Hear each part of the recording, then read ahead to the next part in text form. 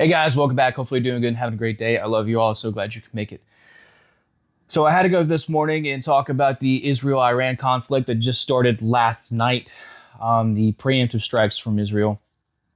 And look, guys, I think this is something that is going to lead us into the next World War. Um, I thought that about the Ukraine-Russia conflict. And perhaps that's something to kind of set the stage. Um, Kind of as a boiling pot, if you will. But I think what's really going to spill the pot is, or what's going to spill the boiling water over, is this conflict here. Obviously, because Iran is allied with Russia, I can see that becoming a wider issue. Um, and now that we are already involved in the Ukraine-Russia conflict, we are also going to get involved with the Israel-Iran conflict, along with a few other nations, UK and France being a couple. Now, what's really damning about this is that through APAC, right, in our Congress, our Senate, just in our government in general, we have obviously politicians making backdoor deals with other politicians. Politicians doing what they do best and fucking everyone else over. And getting the average day folk involved with their conflicts. Because you best believe they're not going to suffer the consequences of their actions. No. It's the average day person that does. Specifically, the farmer's boy, right? The person that wants to do honorable things and serve their country, right? To become something bigger than themselves, to do something that they actually believe in, right? And serve their nation, their brothers, their sisters, their community. Those people are the ones that get duped, such as I did. And then they send you off to foreign places. They get involved in other people's mess. Think back, how in the fuck did we get into the previous World Wars?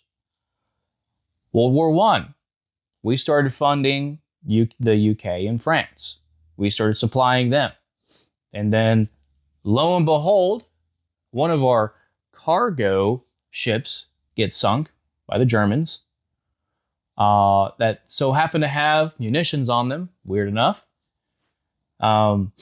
But some Americans died on there, and then we declared war. You look at World War II, how we got involved. We, again, were funding the UK and France, supplying them. And then as we were supplying them, we were manufacturing and exporting out the wazoo. That's why we were making the money that we were. And then Japan made a preemptive strike on us,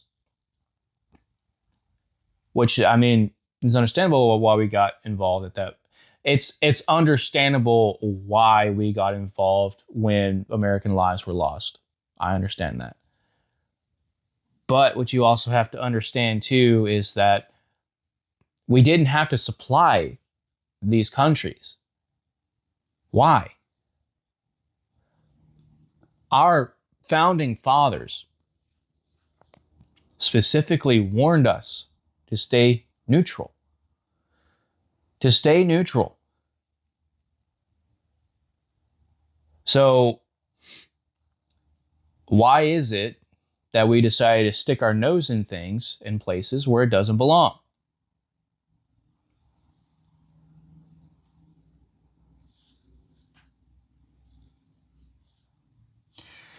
And here we are yet again, supplying Ukraine very heavily. And then it's not going to be before long before we start supplying Israel. We're already having backdoor deals with them, right? Um,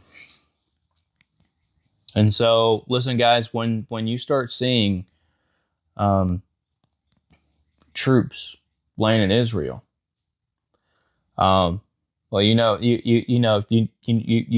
things are really going to kick off.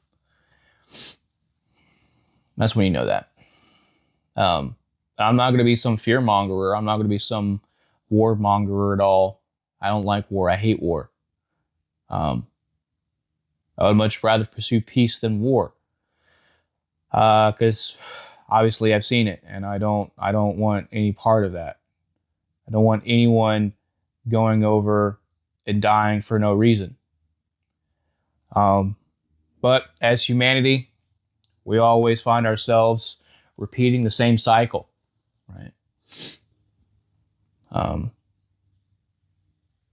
Finding resources, fighting over resources, killing each other over resources, land, women.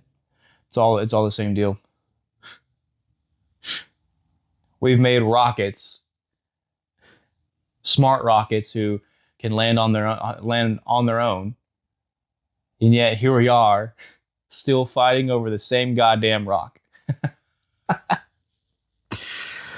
Oh man, some things never change, man. Some things never change.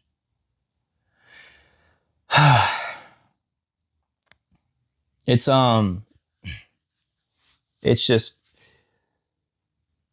you see what's happening with Taiwan, right? And how China was threatening to advance on Taiwan.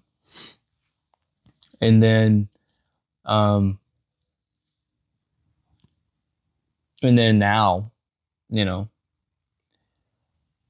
a lot of, with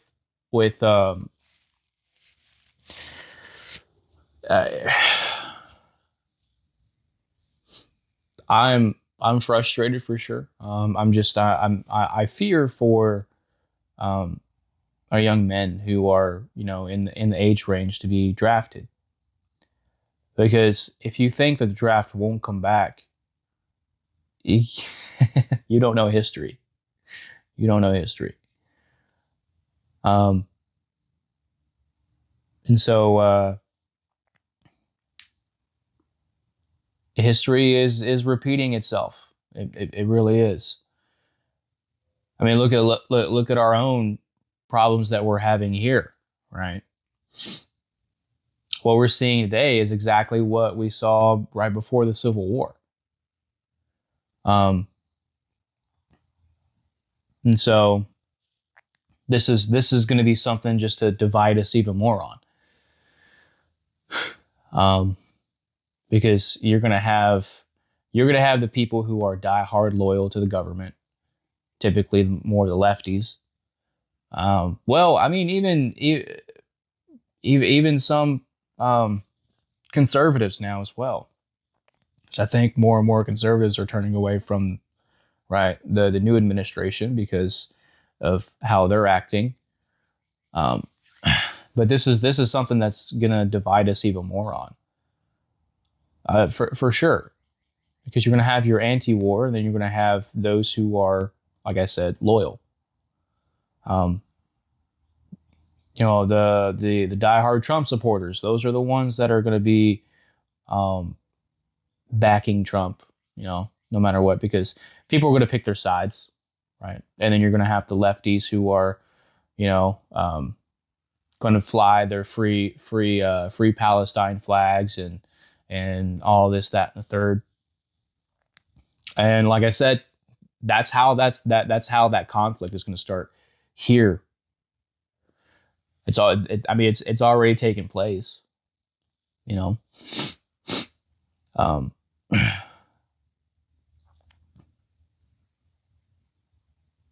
I definitely think that this is planned for sure. I definitely think that this is planned. I was looking at some videos either yesterday or a couple days ago about the managed decline. And by don't mistake this, guys. It's planned for sure. um, because it's not happening to one nation, it's happening to multiple at the same time. That's how you know it's planned. Um, so, average day person can't afford to have a family, can't even afford to take part in marriage.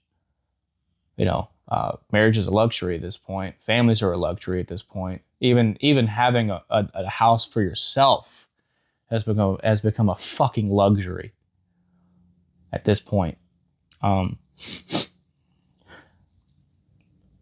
And so, where do you get people from to join the military if you really, really need them and they're really, really desperate for income? Well, you get them in places like this, who can't even afford to take care of themselves.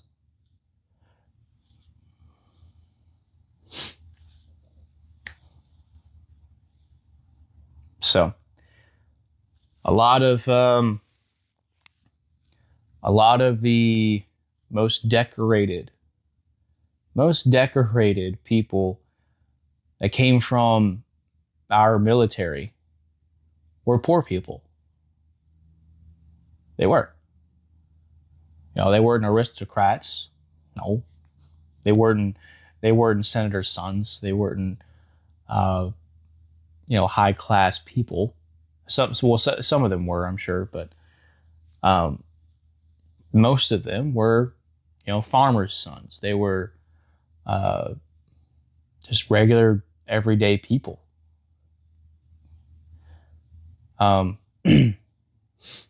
You get someone desperate enough to take any opportunity to, lift them out of the poverty that they're in, they'll do just about anything.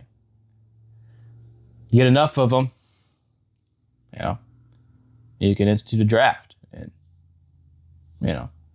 what are people going to do? Refuse? They'll go to jail. They don't want to go to jail. So it sucks because, obviously this is going to disproportionately affect men. And men have the choice of either going to jail and risk losing, their lives anyways for them and their families, or they go over and potentially die in a war that they have no business being in, and leaving their families behind with potentially nothing.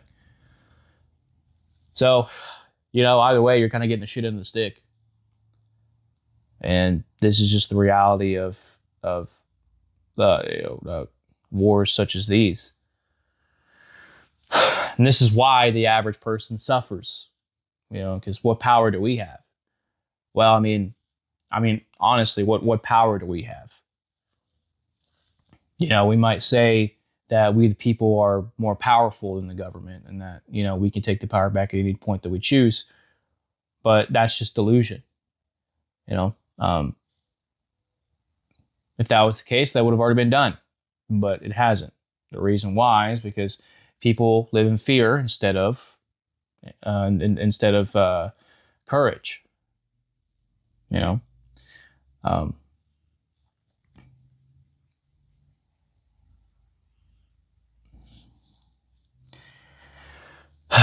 I hate seeing this. I really do. Because I know that this is going to lead to a larger conflict. Without a shadow of a doubt. Anything that happens in the Middle East is going to lead to a larger conflict. Anything. You look at the late 90s, early 2000s, even in the 80s, who got involved with the Middle East? Russia got involved with the Middle East for sure. The UK, France, they all got involved in the Middle East, right? The Ottoman Empire was involved in the First World War, right? And then you also had fighting in Africa. And was that World War I or World War II? I want to say it was both of them that we were fighting in Africa, and I'm pretty sure we were fighting in Africa in both World Wars. But I could have my history wrong on that one. It might have just been World War One. But I don't know. You history buffs out there, help me out on that one. But um,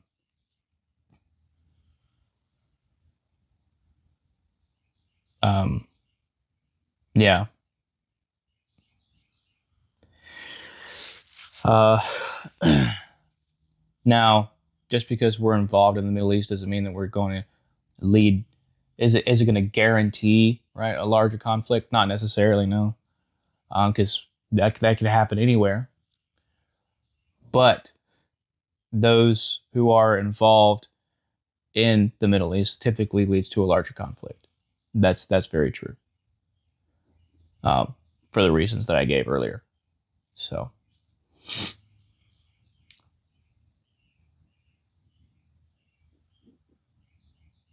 What can we do? I mean, I don't know what we can do, guys. To be honest with you, I have no idea. You know, because this is a time of, one giant fucking question mark. And so I don't know.